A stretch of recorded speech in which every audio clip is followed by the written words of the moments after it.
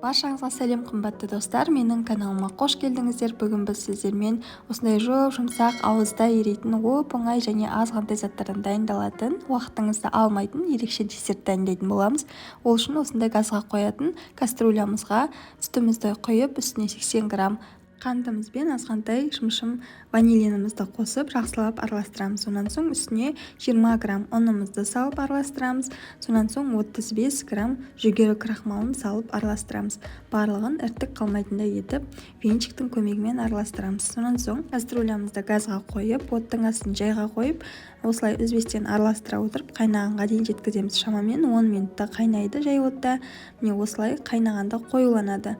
Заварной кремге ұқсас болады, бірақ бізде пропорциясы басқаша болып келеді. Міне осылай қайнатқанға дейін жеткізгенде осындай бір тегіс әдемі текстура дайын болады бізде. Осылай бұрқылдап қайнағанда 1 минуттай қайнатып ұстаймыз.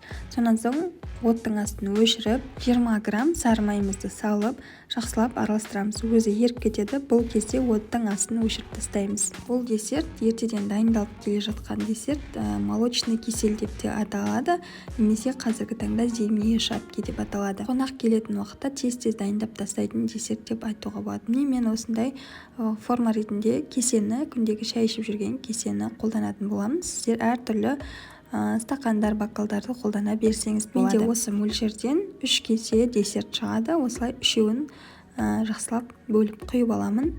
Тезірек әрекет ету керек, себебі біздің массамыз уже қоюланып келе жатыр. Мінекей бірінші құйғанымыз қоюланып бастаған. Енді оны 1 сағатқа тоңазытқышқа салып қоямыз. Сыртына сеппе ретінде мен үйдегі печеньені езіп қолдандым. Міне 1 сағат тұрғаннан кейін беті қатып дайын болып тұр. Міне барлығы қатқан, өзінің формасын нақты ұстай алады. Осылай жиектерін қолымызбен ашып жіберсек, оп-оңай кеседен өзі түсе қалады. Міне асты осындай теп-тегіс болып шығады. Енді осы жасаған сеппемізге аунатып аламыз. Бұның орнына сіздер грек жаңғағын, вафельный крошка, әртүрлі посыпкаларды қолдана берсеңіз болады. Міне осылай барлық 3 кесемді де аунатып алдым. Сіздің аунатқан, безендіруге қолданған әрбір ингредиентіңіз сіздің десертіңіздің дәміне әсер етеді. Енді дәл осы жерден тоқтатып осылай ұсынай берсек те болады, немесе мен сияқты үстіне осылай шоколадты микроволновкада ертіп алдым. Бетіне шапка тәріздес етіп жағып шығасыз. Қасықпен оп-оңай жағылады. Сонан соң үстіне әсемдік ретінде қар секілді болып тұрсын деп кокос жантақтарын сеуіп жібердім. Мінекей біздің тәттілеріміз дайын болды. Шайға өте керемет, холодец сияқты іркілдеп тұрады. Және де өзінің формасын дұрыс ұстайды. Ешқандай да бөлме температурасында тұрғанда еріп кетпейді, қорықпаңыздар. Енді ортасын кесіп көрсетейін. Нәп-нәзік болып шығады, ауызға салса ериді. Киндердің десерттеріне ұқсас.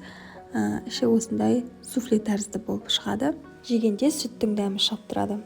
Егер де сіздерге осы рецепт ұнаған болса, міндетті түрде лайк басып, пікірлерде қалай шыққаны жөнінде жазып кетулеріңізді сұраймын. Менің каналыма тіркеліп, тағы да осындай керемет рецепттерді жіберіп алмаңыздар. Баршаңызға ас болсын.